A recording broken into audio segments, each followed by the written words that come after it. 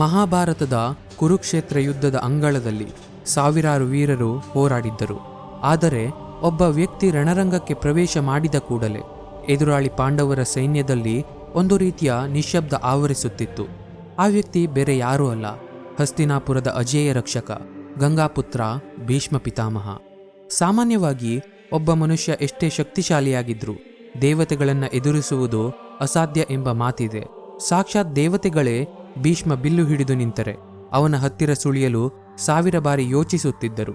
ಭೀಷ್ಮ ಪಿತಾಮಹ ಅಂದರೆ ಕೇವಲ ಒಬ್ಬ ವಯಸ್ಸಾದ ಹಿರಿಯ ವ್ಯಕ್ತಿಯಲ್ಲ, ಅವನು ಹಸ್ತಿನಾಪುರದ ಅಜೇಯ ರಕ್ಷಾ ಕವಚವಾಗಿದ್ದನು. ಅವನು ಬದುಕಿರುವವರೆಗೆ ಹಸ್ತಿನಾಪುರದ ಮೇಲೆ ಕಣ್ಣು ಹಾಕುವ ಧೈರ್ಯ ಯಾರಿಗೂ ಇರಲಿಲ್ಲ. ಅವನ ಶಕ್ತಿ ಕೇವಲ ಅವನ ತೋಳುಗಳಲ್ಲಿರಲಿಲ್ಲ, ಬದಲಾಗಿ ಅವನ ಆಜನ್ಮ ಬ್ರಹ್ಮಚರ್ಯ ಮತ್ತು ಅಚಲವಾದ ಸತ್ಯದ ಪ್ರತಿಜ್ಞೆಯಲ್ಲಿತ್ತು. ಅಂತಹ ಭೀಷ್ಮನನ್ನ ಸೋಲಿಸಲು ಪಾಂಡವರು ಅನುಭವಿಸಿದ ಕಷ್ಟ ಅಷ್ಟಿಷ್ಟಲ್ಲ. ಸಾಕ್ಷಾತ್ ಶ್ರೀಕೃಷ್ಣನೇ ಭೀಷ್ಮನ ಶೌರ್ಯಕ್ಕೆ ಹೆದರಿ ತನ್ನ ಪ್ರತಿಜ್ಞೆಯನ್ನ ಮುರಿಯಬೇಕಾಯಿತು ಅಂದ್ರೆ ಅವನ ಪರಾಕ್ರಮದ ಮಟ್ಟ ಎಷ್ಟಿತ್ತು ಅಂತ ನೀವೇ ಯೋಚಿಸಿ. ಭೀಷ್ಮ ಶರಶಯ್ಯೆಯ ಮೇಲೆ ಮಲಗಿದ್ದನು, ಆದರೆ ಅಷ್ಟು ದೊಡ್ಡ ವೀರನಿಗೆ ಅಂತಹ ಸ್ಥಿತಿ ಬಂದಿದ್ದು ಹೇಗೆ? ಅವನು ಅಜೇಯನಾಗಿದ್ದರೂ ಯಾಕೆ ಸೋಲಬೇಕಾಯಿತು? ಇವತ್ತಿನ ಈ ವಿಡಿಯೋದಲ್ಲಿ ಭೀಷ್ಮ ಪಿತಾಮಹನ ಆ ಅತಿಮಾನುಷ ಶಕ್ತಿಯ ಹಿಂದಿರುವ ರಹಸ್ಯಗಳನ್ನ, ಅವನ ದೈವಿ ತರಬೇತಿಯನ್ನ ಮತ್ತು ಅವನ ಸಾವಿನ ಹಿಂದಿರುವ ಆ ಕರಾಳ ಸತ್ಯವನ್ನ ಒಂದೊಂದಾಗಿ ಬಿಚ್ಚಿಡೋ ಪ್ರಯತ್ನ ಮಾಡ್ತೇನೆ. ಸೊ ವಿಡಿಯೋ ತುಂಬ ಇಂಟ್ರೆಸ್ಟಿಂಗ್ ಆಗಿರುತ್ತೆ, ಎಲ್ಲೂ ಮಿಸ್ ಮಾಡದೆ ಕೊನೆ ತನಕ ನೋಡಿ.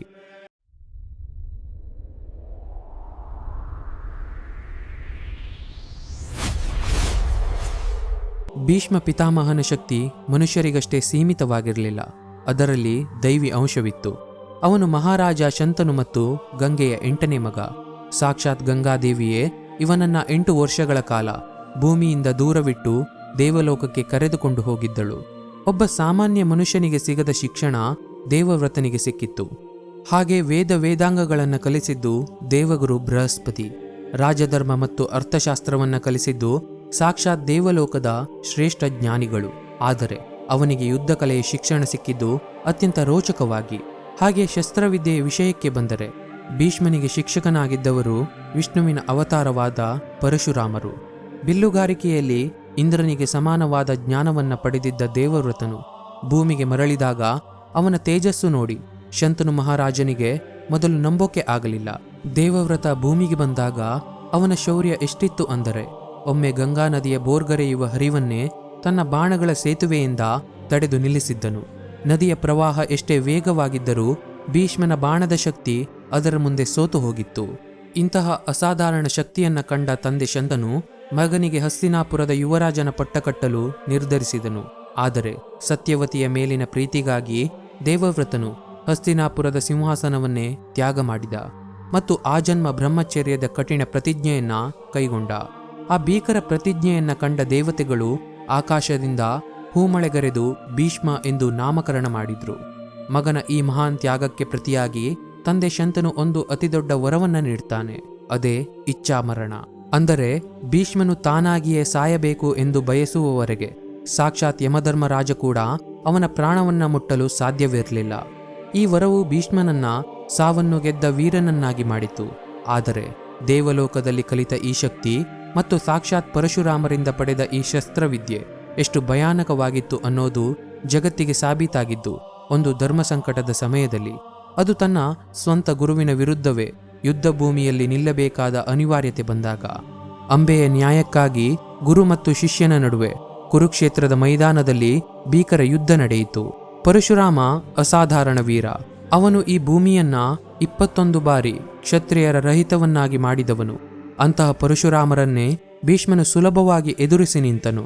ಯುದ್ಧ ಭೂಮಿಯಲ್ಲಿ ಇಬ್ಬರು ಮಹಾವೀರರು ದಿವ್ಯ ಅಸ್ತ್ರಗಳನ್ನ ಪ್ರಯೋಗಿಸಿದ್ರು. ಪರಶುರಾಮರು ಬಿಟ್ಟ ಪ್ರತಿಯೊಂದು ಬಾಣವನ್ನ ಭೀಷ್ಮ ಗಾಳಿಯಲ್ಲೇ ಪುಡಿ ಮಾಡುತ್ತಿದ್ದ. ಈ ಯುದ್ಧವು ಸತತವಾಗಿ 23 ದಿನಗಳ ಕಾಲ ನಡೆಯಿತು. ಯುದ್ಧವು ಎಲ್ಲಿಯವರೆಗೆ ಹೋಯಿತು ಅಂದರೆ ಇಡೀ ಬ್ರಹ್ಮಾಂಡವೇ ಕಂಗೆಟ್ಟು ಹೋಗಿತ್ತು. ಭೂಮಿ ನಡುಗುತ್ತಿತ್ತು, ಆಕಾಶದಲ್ಲಿ ಅಗ್ನಿಯ ಮಳೆ ಸುರಿಯುತ್ತಿತ್ತು. ದೇವತೆಗಳು ಕೂಡ ಈ ಯುದ್ಧದ ಅಂತ್ಯ ಹೇಗಾಗಬಹುದು ಅಂತ ಆತಂಕದಿಂದ ನೋಡುತ್ತಿದ್ರು. ಕೊನೆಯಲ್ಲಿ ಭೀಷ್ಮ ತನ್ನ ಗುರುವನ್ನೇ ಸೋಲಿಸಲು ಪ್ರಸ್ವಾಪ ಅಸ್ತ್ರ ಅನ್ನೋ ಭಯಾನಕ ಅಸ್ತ್ರವನ್ನ ಪ್ರಯೋಗಿಸಲು ಸಿದ್ಧನಾದ. ಈ ಅಸ್ತ್ರವು ಸಾಧಾರಣವಾದದ್ದಲ್ಲ. ಇದನ್ನ ಪ್ರಯೋಗಿಸಿದರೆ ಎದುರಾಳಿಯು ಶಾಶ್ವತವಾಗಿ ನಿದ್ರೆಗೆ ಜಾರುತ್ತಿದ್ದ ಮತ್ತು ಪ್ರಳಯವಾಗುವ ಸಂಭವವಿತ್ತು. ಭೀಷ್ಮ ಈ ಅಸ್ತ್ರವನ್ನ ಹೂಡಿದಾಗ ಸಕಲ ಜೀವರಾಶಿಗಳು ನಡುಗಿದ್ವು. ಆಗ ನಾರದರು ಮತ್ತು ದೇವತೆಗಳೇ ಸ್ವತಃ ಬಂದು ಭೀಷ್ಮನನ್ನ ತಡೆದು ನಿಲ್ಲಿಸ್ತಾರೆ. ಭೀಷ್ಮ, ನಿನ್ನ ಗುರುವನ್ನ ನೀನು ಸೋಲಿಸುವುದು ಧರ್ಮವಲ್ಲ. ನಿನ್ನ ಶಕ್ತಿ ಜಗತ್ತಿಗೆ ಸಾಬೀತಾಗಿದೆ. ಈ ಅಸ್ತ್ರವನ್ನ ಹಿಂದಕ್ಕೆ ಪಡೆ ಎಂದು ಹೇಳಿದರು. ಪರಶುರಾಮರೇ ಭೀಷ್ಮನ ಶಕ್ತಿಯನ್ನ ಕಂಡು ದಂಗಾಗಿ ಹೋಗಿದ್ರು. ಆಗ ಅವರು ಹೇಳ್ತಾರೆ, ದೇವವ್ರತ, ನೀನು ನನ್ನನ್ನ ಮೀರಿದ ಶ್ರೇಷ್ಠ ವೀರ. ಯುದ್ಧದಲ್ಲಿ ನಿನ್ನನ್ನ ಯಾರೂ ಸೋಲಿಸಲು ಸಾಧ್ಯವಿಲ್ಲ. ನೀನು ಕೇವಲ ನನ್ನ ಶಿಷ್ಯನಲ್ಲ, ನೀನು ಶೌರ್ಯದ ಸಾಕ್ಷಾತ್ ರೂಪ. ಈ ಘಟನೆಯ ನಂತರ ಹಸ್ತಿನಾಪುರದ ಭೀಷ್ಮ ಎಂಬ ಹೆಸರು ಕೇಳಿದ್ರೆ ಇಡೀ ಭೂಮಂಡಲದ ರಾಜರು ಬೆವರುತ್ತಿದ್ದರು. ಗುರುವನ್ನೇ ಮೀರಿದ ಈ ಅಪ್ರತಿಮ ಶಕ್ತಿ ಕೇವಲ ಪುರಾಣದ ಕಥೆಯಾಗಿ ಉಳಿಯಲಿಲ್ಲ. ದಶಕಗಳ ನಂತರ ಕುರುಕ್ಷೇತ್ರದ ಧರ್ಮಯುದ್ಧ ಆರಂಭವಾದಾಗ ಅದೇ ಶಕ್ತಿ ಪಾಂಡವ ಸೈನ್ಯಕ್ಕೆ ಮೃತ್ಯುವಿನಂತೆ ಹೇಗೆ ಎರಗಿತು ಅನ್ನೋದೇ ಒಂದು ಅದ್ಭುತ ಇತಿಹಾಸ. ಇನ್ನು ಕುರುಕ್ಷೇತ್ರ ಯುದ್ಧ ಆರಂಭವಾದಾಗ ಭೀಷ್ಮನಿಗೆ ಸರಿಸುಮಾರು 150 ವರ್ಷಕ್ಕೂ ಹೆಚ್ಚು ವಯಸ್ಸಾಗಿತ್ತು.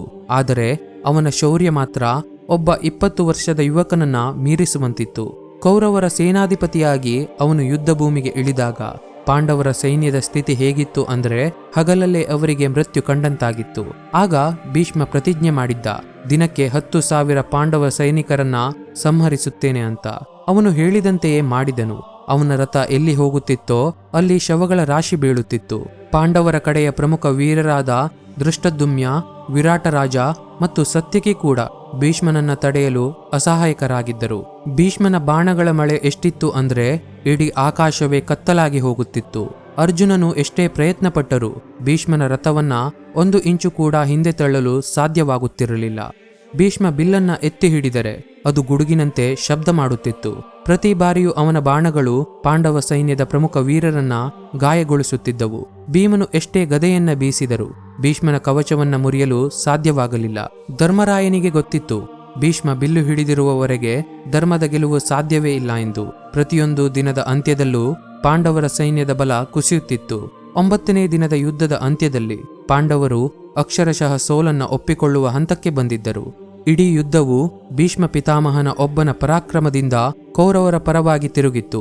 ಇನ್ನು ಪಾಂಡವರು ಗುಟ್ಟಾಗಿ ಭೀಷ್ಮನ ಬಳಿ ಹೋಗಿ, ಪಿತಾಮಹ, ನಿನ್ನನ್ನ ಸೋಲಿಸುವುದು ಹೇಗೆ ಎಂದು ನೀನೇ ತಿಳಿಸು ಅಂತ ಕೇಳಿಕೊಳ್ಳಬೇಕಾಯಿತು. ಅಂದರೆ ಶತ್ರುವಿಗೂ ತನ್ನನ್ನ ಸೋಲಿಸುವ ದಾರಿ ಗೊತ್ತಿಲ್ಲದಷ್ಟು ಅಜೇಯನಾಗಿದ್ದವನು ಭೀಷ್ಮ. ಒಬ್ಬ ಮನುಷ್ಯ ತನ್ನ ಜೀವಿತಾವಧಿಯಲ್ಲಿ ಇಷ್ಟೊಂದು ದೊಡ್ಡ ಸೈನ್ಯವನ್ನ ಒಬ್ಬಂಟಿಯಾಗಿ ಎದುರಿಸುತ್ತಾನೆ ಅಂದರೆ ಅದು ಕೇವಲ ಅವನ ದೈಹಿಕ ಶಕ್ತಿಯಲ್ಲ, ಅದು ಅವನ ತಪಸ್ಸಿನ ಶಕ್ತಿಯಾಗಿತ್ತು.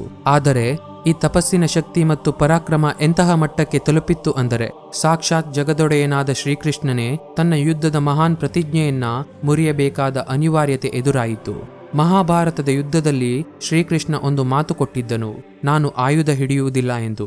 ಆದರೆ ಭೀಷ್ಮ ಕೂಡ ಶಪಥ ಮಾಡಿದ್ದನು, ಕೃಷ್ಣ, ನೀನು ಆಯುಧ ಹಿಡಿಯುವಂತೆ ನಾನು ಮಾಡದಿದ್ದರೆ ನಾನು ಗಂಗಾಪುತ್ರನೇ ಅಲ್ಲ ಅಂತ.